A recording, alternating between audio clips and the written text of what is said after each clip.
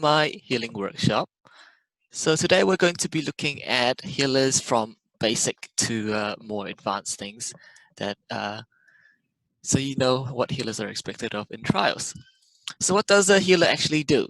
So in ESO, keeping a team alive primarily revolves around laying down and layering healing over time abilities, including illustrious healing, healing orb, and possibly a class-specific healing AoE if you have one. Some classes don't. So in more specific situations, a burst heal is used to then top off targets of interest instead of you don't really use reactionary heals as much to help them survive. But these are usually kept up to only 3 targets max, so they shouldn't be relied upon. So mainly you want to be just layering those healing over time abilities and just letting whoever who stays in them get healed from it. Apart from maintaining heals to keep the party alive, the healer is also expected to maintain the core healing buffs and debuffs, which are minor berserk from combat prayer, and major breach and minor magic steal from elemental drain. And then there's also minor vulnerability and off balance from lightning blockade. So even if your class doesn't have a source of minor vulnerability, you are relied upon for your lightning blockade to proc that off balance.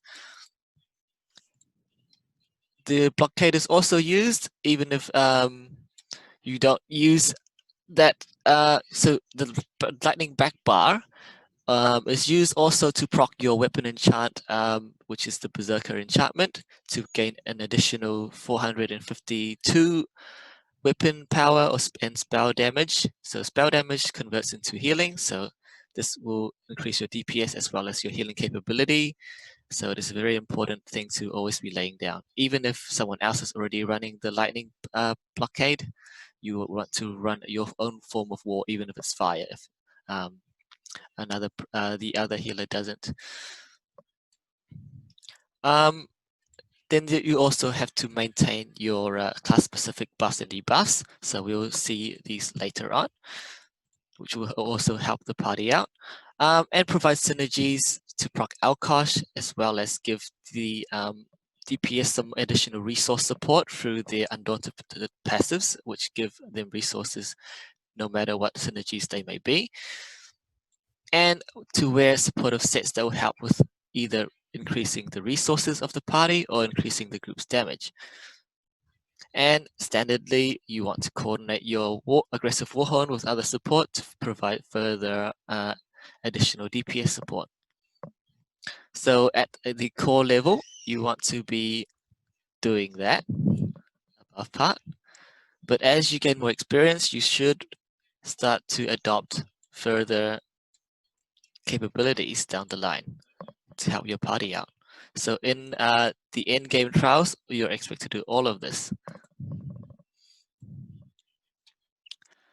The base healer skills that you would look something like this then. So the combat prayer, which you cast every 6 to 8 seconds to maintain minor berserk. Your healing orb, which you would cast every 10 seconds to keep up the AoE heals from it. Illustrious healing every 12 seconds. So illustrious is the better morph of the grand healing, because it is a longer duration as well as a bigger heal. It used to be Healing Spring, but Healing Springs got nerfed and the Master's resto stuff got changed so that you don't actually want to be spamming Healing Springs as much. So Illustrious is a lot better. You would take Replenishing Barrier just for the 10% Magica recovery bonus from the Alliance support line, but you wouldn't actually use it unless it's crucial. So there are moments where you might have to use it, but usually those are very specific, which your raid leader would call for. So it's mainly there just for that passive bonus. Of course, the blockade we talked about for both proccing off balance as well as maintaining your weapon damage enchantment. So you want to keep that up every 15 seconds. And then Elemental Drain. So even though Elemental Drain doesn't have to be on both healers, because minor Magica Steal is only procs every once a second no matter how many targets you hit, it's still good to have 2 copies of it so that you can apply it to many different targets based on what the focus is on. So situationally, you can drop one for an additional ability, but again, that's up to the raid leader's discretion. So the standard rotations look something like this. So every 5 seconds, you want to be casting Combat Prayer, Illustrious maybe every 10 seconds, and Blockade every 15 seconds, and Elemental Rain every 20 seconds. So that is more, so with these 5-second setups, you can sync your cooldowns up so it's easier for you to maintain. Notice that for some of these numbers, they're a lot shorter than how long the duration of the skills actually lasts, because these skills are very important to keep up, so you want to be recasting them before they end.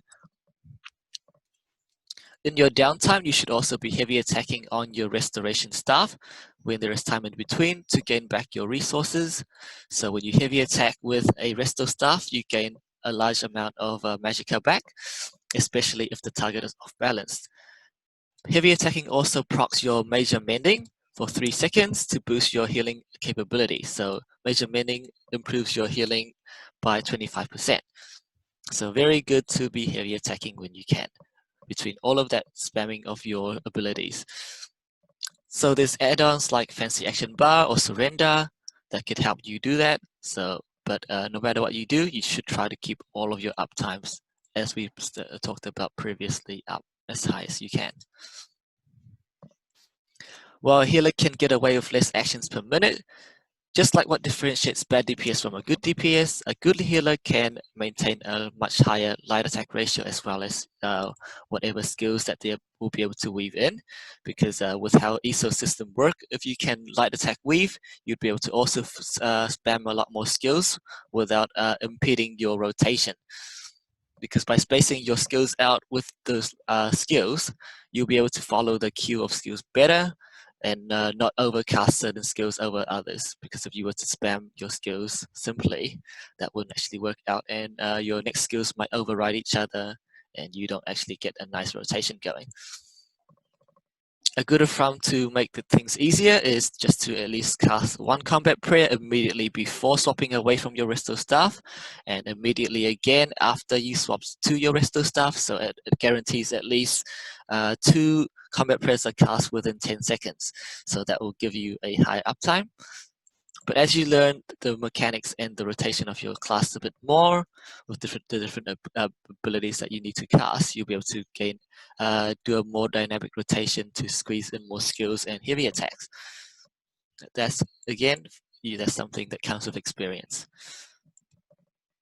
So now we're going to have a look at the different classes. So this is the core healer skills.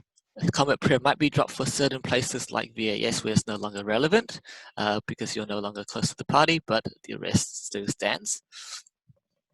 So here we have the Warden as the best healer package in the game because they have Budding Siege, which is a ground-based heal over time that is also a class synergy. So it's a very spammable heal that you want to keep up at all times. So you'd want to cast this as much as your Combat Prayer. So here you'd flower into the DPS stack, flower into the on top of the main tanks for the Alkosh, flowers everywhere. So this is what makes Warden Healer harder because it is more resource intensive to be spamming that all the time, as well as it requires more actions per minute to keep it up because it's a very important heal to also be spamming to help support with AoE heals. Unlike Templar, which you will see later, that has a more longer duration heal over time class ability. Next, we have Enchanted Grove, which is a moderate spammable AoE heal. So it heals quite a lot, actually, not really moderate, but it's a significant amount. The main thing about it, though, is mainly more for the minor endurance and minor intellect, which lasts for 20 seconds. So you want to be casting that at least every 20 seconds to keep those sustained buffs up. So minor endurance and minor intellect increases the party's magicka and stamina recovery by 10%. Then we have fetch infection, which is one of the ways you can apply minor vulnerability on targets. So it's a guaranteed source of minor vulnerability to increase damage on the target by 8%. Usually classes who don't have this will have to rely on proccing their vulnerability from their lightning wall, which will then proc the off balance. But here you can guarantee the minor vulnerability and then proc off balance anyway. And then we have expansive frost cloak. So it provides a major resolve for the whole group, which equates to around 8% damage reduction for non-tanks. So it's quite a huge deal.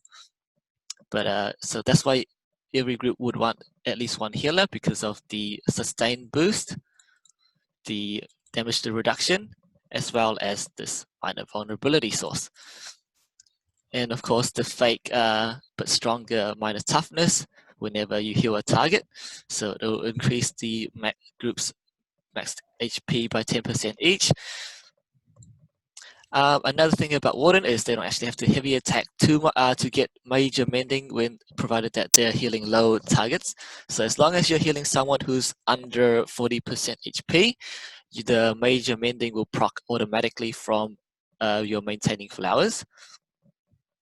So you don't have to rely on heavy attacks as much to gain big heals. So in panic situations, major mending will always be there for you without having to think about it. So this is why it's very good, again, for content where there is the foul effects, as long as you keep spamming your flowers. Next up, we have Templar, which is actually the more common class used as a healer, because it's more easier to pilot. So Templar has the unique Power of the Light ability, which applies minor fracture and breach. Again, this equates to around an 8% damage increase, or up to 10%, depending on how penetrated the target has been. But people usually decide around somewhere between 8% to 10%. So even though Power of the Light lasts 6 seconds, the minor fracture and breach actually lasts for 8 seconds. So this syncs up with your combat prayer. So you want to be always Power of the Lighting the target that you want the party to be hitting. So whether that target might be protectors in VAS or orbs, but not too much. You don't want to be spamming it too much, because then you run out of stamina. So use it actively, but not too actively. That makes sense. So conservatively. So as much as you want, but not too much that you run out of stamina. Luminous Shard, so Templar also have a unique form of the combustion / shard pack synergy. It shares the same cooldown as your orb, but it restores both resources, so you want to be landing these on the tanks, because that's a unique thing that Templars can provide. As well as Extended Ritual, so the AoE form of healing over time that Templars have is around them. It's in a very large area, and it lasts for a long 24 seconds. So this is why it's a lot lazier to pilot, because you have less skills to manage. And then if you were on certain content, you also want to take Breath of Life to get that burst healing, but usually it's not needed, because in higher tier levels of play, if the party is not in the group anyway, then they're gonna die, and that's just something they have to learn. So Templars also have minor sorcery when they use any Dawn Wrath skills. So as you use Power of the Light, you also be providing minor sorcery to your group to boost their spell damage by 5%. But the main thing that hinges on the Templar healer is the Power of the Light, because without Power of the Light, the Templar is basically just another healer. That's not really anything special. But so if you have a Templar group, you can rotate your Templar healer out if it's not really needed. But the other thing that the Templar has, though, is the minor mending effect, as long as they stay in their own circle of extended ritual. So this is always up, rather than major mending. So like major mending comes from heavy attacking with the rest of the stuff. So while the wardens get to have the major mending up all the time, the Templars get a lesser form of it. But if the Templar heavy attacks and has the minor mending, there are times where a Templar can reach higher burst healing than the warden. It's just that they don't have the proc effect that comes with budding seeds later on. Next up we have is the Necromancer option. So Necromancers are less seen because most of the time you just have the Warden and Templar healers taking things up as the main healers, because you don't. Most people play with only with a few characters before expanding onto more. So I'm just gonna go through shortly the other options.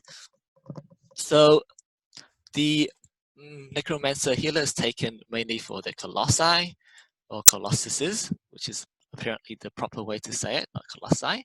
So you have Intensive Mender as their single target smart heal.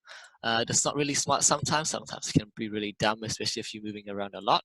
So Intensive Mender heals something around you over time, over those 8 seconds. It's mainly used for corpse generation though. So next up we have a Spreaded Tether that exploits one corpse that is generated by either of your abilities or any corpse around you. So this creates an AoE tether that connects you and the corpse and heals everything around you between the tether and between the corpse. So you want to recast it. The recast time is every 12 seconds, but you probably want to sync it up with when the corpse dies from the mender, so that you have a little fun mini game to be keeping up here. What Necromancers can also bring, apart from Colossus, is that they have two different types of class synergies to provide to the party. So Agony Totem is a fear effect, which is quite minor, but what you really want it for is the minor vulnerability synergy that gets procced along with it. So again, like Wardens, they have a minor vulnerability source. While the totem is up, you also gain minor protection, so that this condenses your bar into one with COP, so you don't have to take Circle of Protection for certain content like VHOF. So minor protection reduces the damage the party takes by 8%. So if you layer that on top of the Warden's 8%, you give your party even more toughiness. Then you have Unrolling Boneyard, which is a good major source of Fracture and Breach that's applied in AoE, so that in trash fights, this will be really good because everything will be penetrated without having to alley drain every single target or the tanks piercing every target. For your side skills, you have Resilient Flesh, Resistant Flesh, which is the burst heal version of the single target version of heal that the Necromancers have. So it's a very good burst heal. It also has a minor mending effect. So again, increasing your healing done by 8% when you use it. So even though it's not part of your main kit, you can use it well for places where you'd want that single target heal for one target, like healing VCR, the tank out of their Baneful Mark. Yeah. They also have the option to take additional AoE healing through Enduring Undeath, which is a big AoE heal skill that is over a 10-second cycle. So you can use this instead of Braided Tether, but that's only if the situation if there's a situation where you are standing further away from the party. So Braided Tether is taken when you are next to the party, because the tether will be on you and a healing happens around you. When you want a targeted AoE heal, that you'd take Enduring Undeath instead, and you'd cast it over a 10-second cycle with that's closer to Intensive Mender's 8-second cycle. So that's easier on your resources. You can also stack both Braided Tether as well as Enduring Undeath as if you need really, really big AoE heals. But if you were to do this, you'd also need to take Skeletal Arcanist in that gap, so that which is a pet over a 16-second times. But because of that, you'd want to pair up. It gets confusing, but yeah, you want to pair the Skeletal Arcanist up with the Braided Tether then, and then your Intensive Mender with the Enduring Undeath, so that the cast times are more in sync up with each other, so you don't miss out on any corpses to actually keep it up.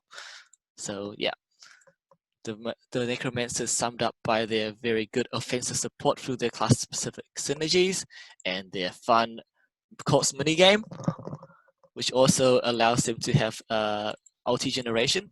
So another reason why you want to be casting over an 8-second period to match with Intensive Mender is that every 16 seconds, you proc one of your passives which generate ulti whenever you exploit a corpse. So an 8-second cycle ensures that you're proccing that as much as you can, instead of something else like 10 seconds, which means that you might miss out on 4 seconds before you proc the next one.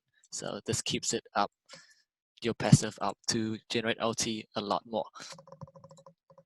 So the Necromancer becomes more ideal as people want to switch out of macros, but macro is becoming more of a thing again, so it depends on the party comp again.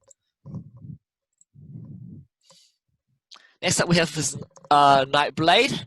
Nightblade is now, there's not much to them. They don't actually do that all that much as a healer. So I actually missed out Lotus Fan here. So they also have their own form of minor vulnerability from Lotus Fan, which is ambushes more, teleport strikes Lotus Fan. So this applies an AoE minor vulnerability effect. So this is quite unique to them, unlike the others who only have a single target one, like the Warden's single target Fetcher Fly, like Pure Agony, like the Necromancer. They also have a form of AoE minor vulnerability that you want to use in that slot. It's actually not too good to use if you are a kite healer though, because when you use this, this will also teleport you to the target. So not meant to be on anything kitey based or distance based. So that's an option, but not a mandatory skill to be using. Mainly as a Nightblade, you'll be providing RO Jorvold, so Roaring Opportunist. So similar to the Necromancer healer, that you have a form of single target healing that also applies minor mending to you. This actually costs HP instead of Magicka, so you'll be sacrificing your HP slightly to heal the target, just like Resistant Flash, I think. Yeah. You also have Refreshing Path as your heal over time that to put up, but mainly you want the Shadowy Disguise to proc the RO Jorvold. So this is what the what's bringing Nightblade healers into the meta. So when you heavy attack and then kill the Shadowy Disguise immediately after, so you want to be heavy attack, then Shadowy Disguise. Then as the firebolt flies and the Shadowy Disguise applies, that heavy attack becomes a guaranteed crit, and that will proc your RO for a higher amount. So, Roaring Opportunist applies Major Slayer, which is Major Slayer, which is a 20 or 15% increase of damage to dungeon and trial monsters. So this is a very important thing to have for mag compositions who don't have another source of that, or just in general, so that nobody has to run Loki's or Master Architect, so that it moves the DPS onto higher DPS sets than the party could otherwise get. So they don't actually have any other class-based synergies, so their capabilities otherwise as a healer are very simple. But the RO Jorvold is what makes them meta. Then next we have up is the Dragon Knights, who are a bit more complicated because there's many options. There's not really much reason to use a Dragon Knight because healer, because it's already the unique buffs that they provide, which is minor brutality, is already provided by the group. Another thing I missed out here is the Nightblades one is minor savagery, which increases weapon damage. But with the current state of Nightblades, everyone wants to be a Nightblade DPS. That's why that's not really relevant anymore, as well as Stam DPS isn't as relevant anymore. But here, moving on, we have Dragon Knight has their form of minor buff that's unique to them is minor brutality, which increases 5% weapon damage for the party whenever they cast an Earth Heart ability, which is your Cinderstorm here. So just going over the skills.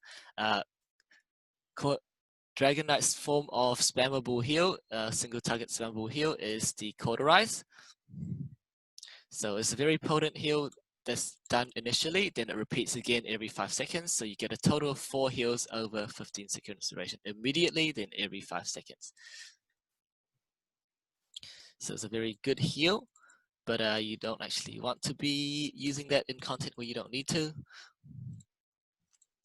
Then you have Fragmented Shield, which is a source of reliable major mending. So if you were short on time, you can just proc Fragmented Shield instead of doing a heavy resto stuff. So again, in panic situations, if you're not prepared for the content, major mending allows you to do a burst heal easier with your other heals. And then you have Cinderstorm, which is your very long ground-based AoE heal. It's a smaller circle than the Templar's extended ritual though, which is why people don't really use the Dragon Knight healer as much because it's very tight needed. For other utility skills, they have Engulfing Flames, which if you don't have a Mag DK in the group, you can use to increase the damage done by flame effects. Flame effects are very common by Mag DPS because all of the flame staffs are always doing fire as well as the fire wall. You can also use Choking Talons. So Choking Talons is the class synergy that the Dragon Knight can provide, but it's centered around you, so you can only really apply it on the DPS. So unless you want to charge in next to the main tank sometimes to use that, but that's inadvisable and not practical for certain fights. So it applies a minor, also applies minor maim and AoE might immobilize, but all of these, this is more of a tank ability.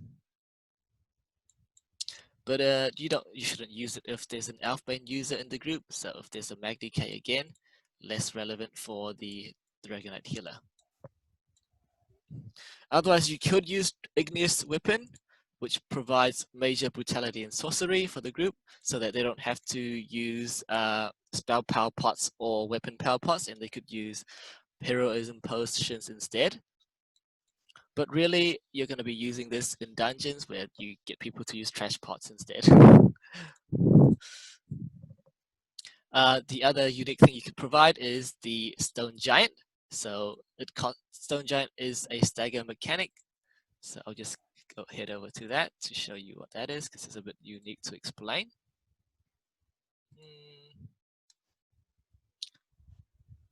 So Stone Giant applies stagger for 5 seconds. So you have to cast it once to make the rocks appear around you. Then you have to cast again several times to throw each of those rocks. So after you throw one of the rocks, the stagger is applied for 5 seconds. Then you can keep applying more rocks to refresh the duration of that up to 3 stacks. So it's very challenging to actually use the ability because between your rotation and thinking about this, it's harder to maintain, as well as the stamina recovery you have might not be enough. But it could be a fun thing to try out if you want to, because it provides quite a massive DPS boost to the party. So this is around 195 damage increase for every damage check that the target does. So if they're using Force Pulse, every Force Pulse would proc that stagger effect 3 times. So this equates to around somewhere between 3k DPS to 4k DPS per person in the party, which is a lot higher than anything else you could provide as a support. But again, very hard to do. Sometimes tanks can try to squeeze out one or two, but they're quite busy. So having a stone giant user in the party, if you don't have a stam DK, you could take part of this as well. But here, Dragon Knight is more about filling gaps than doing anything special too much.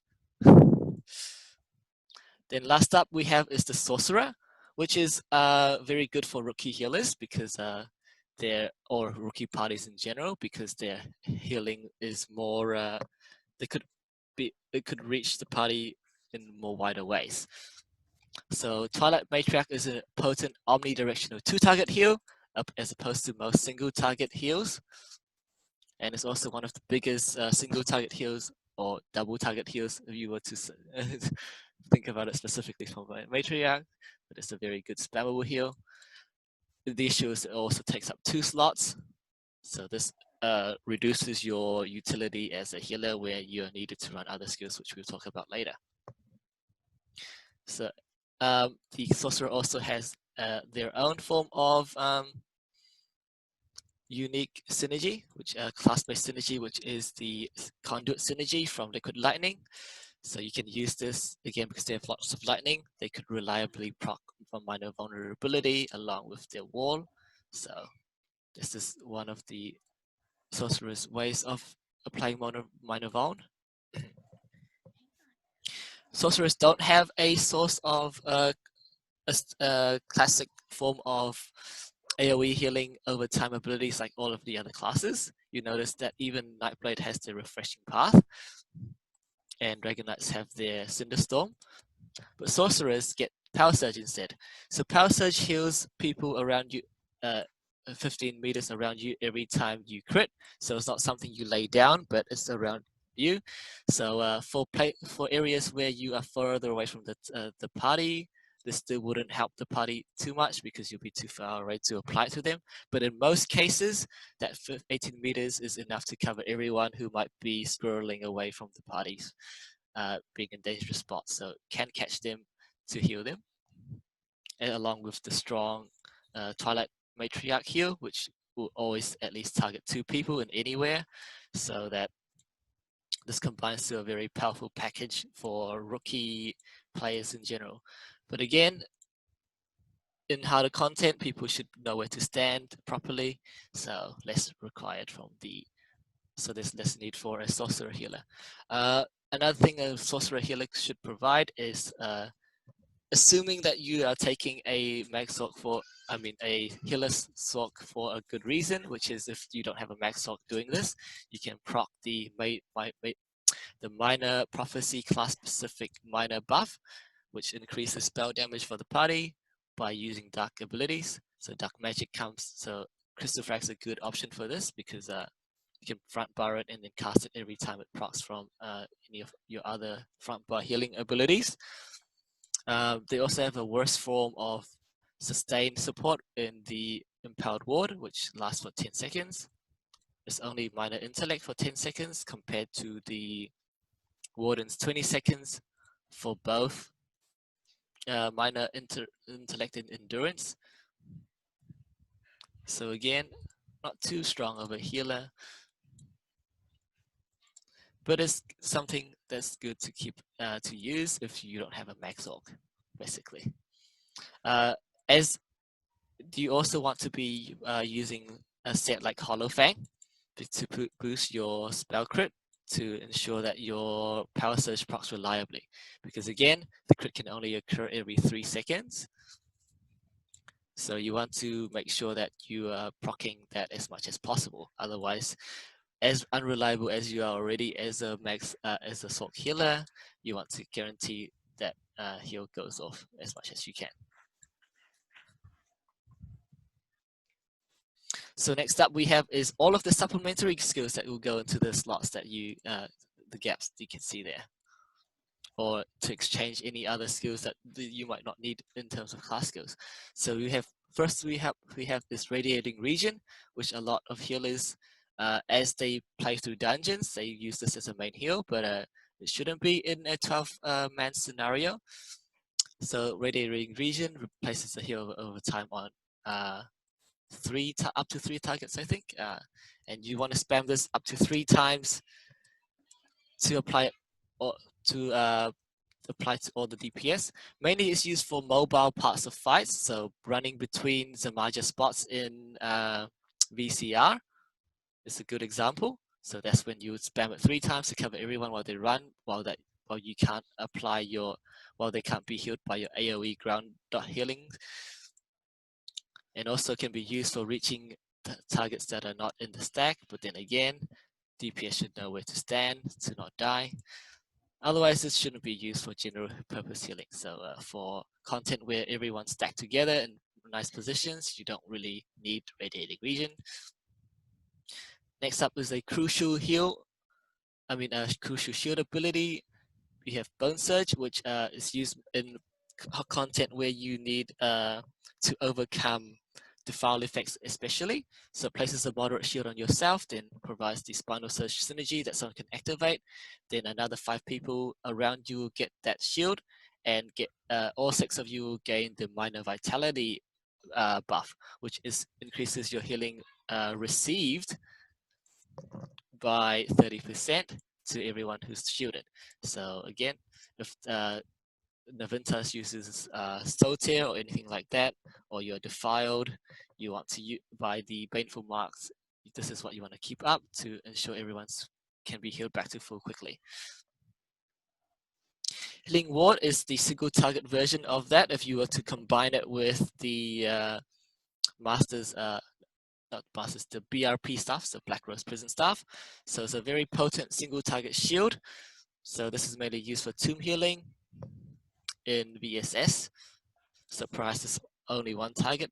You want to keep this skill available for VSS, but otherwise it's not needed anywhere else because you can just use Bone Surge instead at the moment. So these 3 are your must-have sidebar skills to be able to do the content.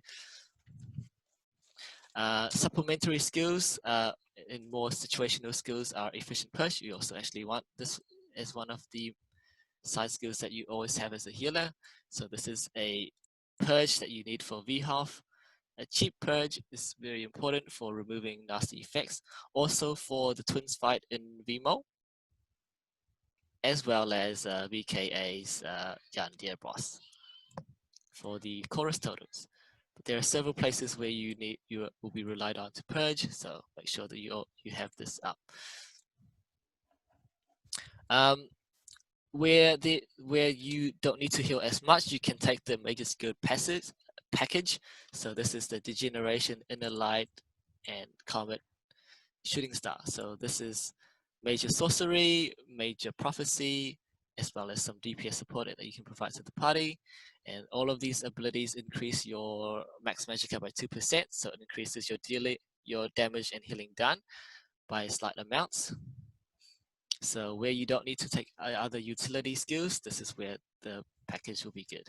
So I would prioritize Degeneration over Inner Light over the Shooting Star. But with Shooting Star, you can just slot that on top of your where your barrier usually goes, so that you get that damage bonus. A lot of healers swear by just placing the comet on top of their barrier anyway in many content, because in case they do accidentally ulti, it will be something useful instead of barrier. Other supplementary skills that you see less of from healers, but you could have on the side to help is Altar. Usually it's taken by tanks, but sometimes you might need to slot it. So this provides a minor lifesteal and a panic heal synergy. You could take Inner Rage, which is usually used in content where you want to be pulling things together, so that you could either cheese VDSA or help a position face into the center if you're going for that strat. Shadow Silk as a synergy skill. So this is good for classes that lack synergies like the Nightblade if you have a spare slot. but it's not really that much useful for proccing Alkosh or Loki because there's a range requirement to proc it. You can see this proc Alkosh in VSS because the hitbox of the dragons are further away. So if the tanks manage to proc it before DPS does, this could also actually help the Alkosh, but you have to tell your DPS not to spam synergies beforehand. Crushing Shock could be used to help out with interrupting. In VKA, for example, you could use it to stop the vampire infusers from getting enraged. And you can take Race Against Time if your class doesn't have a form of major expedition. So for kiting mechanics, this also removes any snare and immobilize effects on you. So that's another good skill to have. But otherwise, those are all of the supplementary skills you might be expected of as a healer. So more supplementary things to think about is race, traits, enchantments, and Mundus. So for race, Breton is considered the best because they have the best sustain with the increased Magicka pool and reduce cost to Magicka. Agonians are also quite a good class to use because of their sustain and healing, increased healing done through their passive. Khajiit is the best for that Nightblade healer with the RO Jovold setup because of the increased damage. It's not as consistent though in terms of general healing and DPSing. So it's more of the niche use for RO Jovold if you want to maximize that effect. High elves and dark elves can benefit from the spell damage and increased Magicka, but otherwise they don't actually benefit all that much. And then you have the other classes that are better at sustain but less about healing, and then you have the stem classes that don't really fit with healing as well. So if you were to make a healer, usually you want a Breton. It's in terms of traits and enchantments, you always want to swear by powered with restoration on your restoration bar with absorb Magicka for sustain. Or you could use a charge front bar restoration staff because charge only applies to while it is active. So a lot of people make the mistake of putting charged on their lightning back bar thinking that it will help them proc the minor vulnerability from that war. You actually want to be on your resto staff to proc it. Next you have is the infused back bar lightning staff that we talked about to add your spell damage for boosting your healing as well as DPS if you were to help DPS. Usually you want infused on head, legs on the major pieces, which is head, chest, and legs, and divines on the shoulder, gloves, waist, feet, because the logic behind that is the Magicka boost from the Mage Stone would be higher with that setup compared to just running all infused, as well as it offers you flexibility in terms of minor stones if you were to switch up. You could keep your jewelry fully arcane with all Magicka recovery, and if you needed more healing, you just switch over to the another Mundus instead of the Atronac. So you want to guarantee your sustain is good enough to endure any content so that you don't want to be out of Magicka at any time. So this is why Magicka recovery is ensured by having all those jewelry slots with Magicka recovery. In terms of Mundus stones, Mage is the best for general healing and sustain because it offers you both the big Magicka pool, which affects your healing as well as your sustain. Apprentice will give you slightly more healing but less sustain because you don't actually have a large Magicka pool. State is used for the movement buff for when you need to be kiting or moving around a lot. The thief could help you with dealing DPS while also boosting heals, but this is again more for DPS than the heals because it makes your heals less consistent. Those are the main options. There's also the shadow for the specialized RO Jovold Nightblade. But again, that's more of an advancing. You can ask me about that later. All right. So now we're on to sets. So in terms of sets, the main sets you want to worry about right now are Olorime, Hollow Fang, and Wormcold. So any combination of these three will be expected from you as a healer. So try to farm these sets as soon as possible in the at least the suggested variants. So you want to be able to backbar Olorime because the proc set and the proc condition is a targeted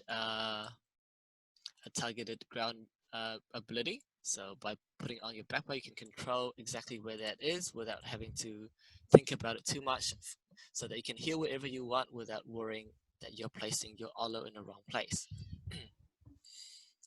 Then you have Hollow Fang, which you want in all combinations, because Hollow Fang is, with the Magicka meta right now, Hollow Fang is always wanted. Stop. So you want this to be on your front bar, body, in any combination. Then next up we have this Wormcold again, because of the Magicka meta. It provides a 4% reduction in Magicka cost for the group. And the Master's Perfected Resto Staff is the gold standard in terms of resto staffs for healing. So this for the group sustain that comes along with the Illustrious Healing, because whenever you use Illustrious Healing, you are providing 100 of each resources over time for 4 seconds for everyone.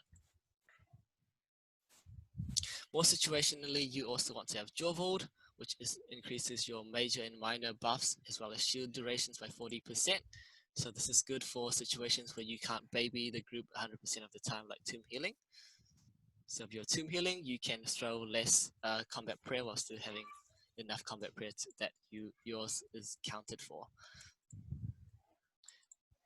For her scene, so less useful now because of the way things are with the stam and mag.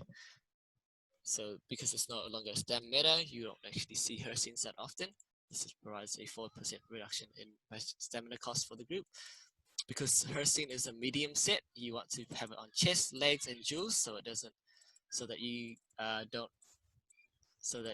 it's always available for you. Because if you were to put it on your weapons and jewels, you would lose out on the Master's Resto Staff, which you don't want. So the best thing to do there is to run 5 and 2, so 5 light pieces and 2 medium pieces. Next up we have this Eben, which is a 1k max health for the group. This is if for some reason the tanks aren't running it. Sometimes some VCR groups have Eben on their healers, or one of their healers, or the kite healer usually, because they don't want them to die. So provides that extra HP boost for the healer. So this again, because this is a heavy set similar to her scene, it's not a light set, so you want it on chest, legs, and jewels, so that it's up all the time without having to compromise your resto staff. Gossamer is more situational for progging certain content when your DPS is low, like VHOF HM or Yandere HM. So this applies my major evasion, which reduces damage taken by AoE effect on those who you heal for it only lasts for 2 seconds, but they have to be healed for it to apply, so it's a bit finicky there. So usually want to pair Jawvold with Gossamer in that case to extend that major evasion to a amount that is helpful. Hitty is used for more for its positional beacon, so it applies a massive effect, AoE effect on you. So it's not massive in terms of healing, but it's very big visually, so it helps people stack on top of you. And you also have the Black Rose Prison Staff, which is the purely to use along with the Healing Ward, so that you can do VSS mainly. Then you have the advanced sets like Roaring Opportunist for Major Slayer that we talked about with the Nightblade setup. And then we have Zen's Redress and Martial Knowledge, which increased group damage done. These are more advanced sets because as long as you are still low on your combat prayer up times, there's no need to look for more DPS sets, because if you could just have more DPS in the party by providing more combat prayer and minor vulnerability. So before you work out your uptimes, you should not look at these yet, because they just make things more complicated, because they put additional layers of having to slot more dots to proc Zen for yourself, as well as dodging a lot to proc MK.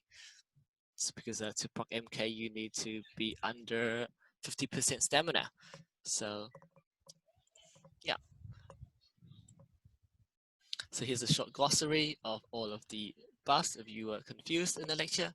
I'll take any questions now. Hello, hello. That's about it for the healing workshop though. Thank you. Oh, is someone saying something? I just said thank you. Oh, no problem. Oh, I forgot to mention something important with combat prayer. I think it was in the slides, but I didn't talk about as much. So combat prayer applies on to every 6 targets. So I think I said it somewhere here. But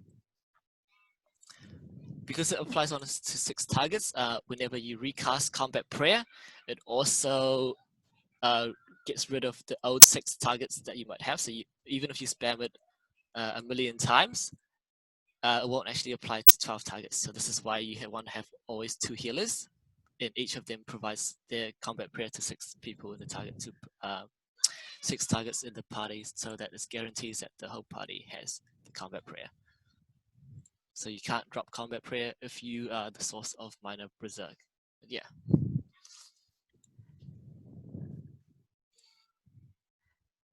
But any other common mistakes? I don't think there are. So one of the common mistakes I'm seeing a lot in the logs is people are running double absorb magicka enchantments.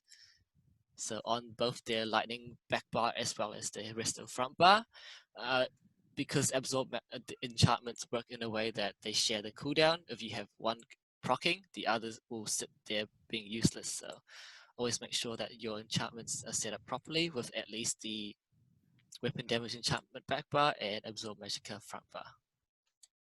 So even though if you might not have the budget to transmute all of your lightning back bars to infuse, you should do at least that part of the enchanting. Do you recommend running like an Olo lightning staff and then whatever from there on out to make up the set, instead of running, like I've been running the Hollow Fang as the staffs and jewelry? Yep, so you want like at least the Hollow Fang back bar, like Hollow Fang lightning staff back bar, and the Olo the Olo back bar, because usually you want to have either Olo or Hollow as the lightning staff, because these are proc sets. Yeah. So it is easier to be the Olo person, but there's always 2 healers in the party, and if the other person is already running Olo, then you need to run Hollow instead. So I'm sorry, because I've just been asked to run both of them at the same time consistently. Yep. So yep, if you were to run Olo and Hollow, then Hollow would be body and Olo would be on the back bar. Yeah. Okay. So that's because usually you'd run usually you'd be required to run Olo Hollow, and then the other healer would run Worm Cult Hollow, so that Worm Cult Hollow will be run with Worm Cult on body and Hollow on the back bar. But Olo would always take precedence on the back bar, because it's more it's better on the back bar than Hollow is. Okay. So basically you want to, because Hollow Fang is also a proc set, but it can proc more often. So you want to proc it as much as possible by putting it on the body over Olo in that case. Okay, I'm going to be PvPing a lot in the near future. Transmute all your sets.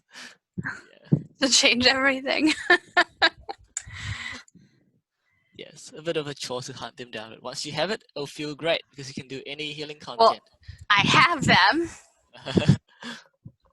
I just was wearing the Olo on the body and Hollow Fang on the necklace and the other way jewelry around. in the bars. So I just have to flip them around and find them on the various characters that hold my crap. Yeah. Because the rationale behind that is, if you're busy keeping track of Olo, if you were to healing springs in the wrong place, like in a bad place, then the Olo will also follow it, and then it'll be a wasted Olo. So, and over time, that could lead to less uptime of the major coverage. It's even infused. I just got really lucky on my stupid lightning staff drop.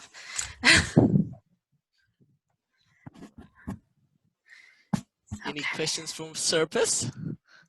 Just one question. I've been running that ritual Mundus stone for a long time. Should I use a mage instead then? Which one? The extra, ritual. the ritual. The Ritual extra is healing also done. good. Yeah. But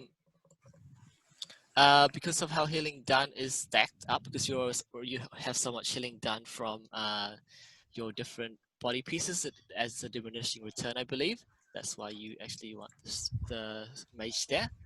Oh, okay. Yeah. Just the way the calculations are combined, I think the mage and apprentice overall adds more than the ritual could provide. I will switch over right now. Thanks. No problem. Well, that's provided you do proc all of your healing done passives, like the major from the budding seeds. Mm-hmm. I think you're a warden healer there. Yeah. So as Yeah. long as you spam this will be good. Do you find that like you prefer the warden healers? Because I have a warden healer. When I came back, I switched to Templar for the first time since launch. Only like 6 months ago, I made a Templar. So do you prefer warden? Like in general, do groups prefer warden or kind of one of each? Or It's not really a preference. It's like you must have one if you are in the higher groups. But generally, we don't require you to be a warden healer in like the non-HM runs. But as you do HM content, the damage reduction and the increased minor toughness HP becomes very crucial to surviving, because those content have been built around you being able to survive very big hits with that reduction. If you weren't running a warden healer, you'd see a lot more deaths in the HM, and HM can be very unforgiving in those places. So do you usually run 2 warden healers or just 1 and 1? 1 and 1. So one for Okay. the power of the light, and the other for all of the warden package goodness. So having both possibilities is not the worst plan ever, because she's leveled. She has all skills. I just have to put them on her in the right spots and give her gear. Yeah. So a lot of in-game healers have at least that warden and Templar. Mm-hmm. In both. Yeah. It's just annoying to switch your gear around. Yeah, I'm kind of like, well, how can I do this? Yeah. I have all the gear. I just have to play with it. Yeah. Cool. But if you have time, do try to play with the necro healers as well. They're very fun to play. I outright deleted my necromancer. I hated playing that class that much. Wow. Why? The corpses? They're super slow to level. Even like on rush things, I got really annoyed with it, and I was trying to do DPS, and I just kind of got pissed off at it. So I was like, "Ugh, you're ugly. Delete." You can just take this one skill. Where is it? No, not Dragonite. There is the.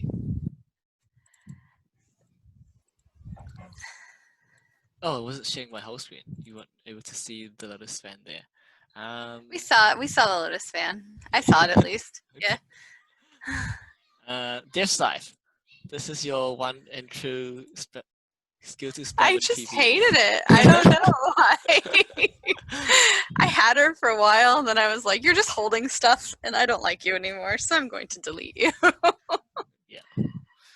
Because in PvE, you can just keep spamming this to level up. Like go to Skyreach and then keep spamming it. Maybe next time they do a XP bonus thing. I'll make another one and make one that I enjoy.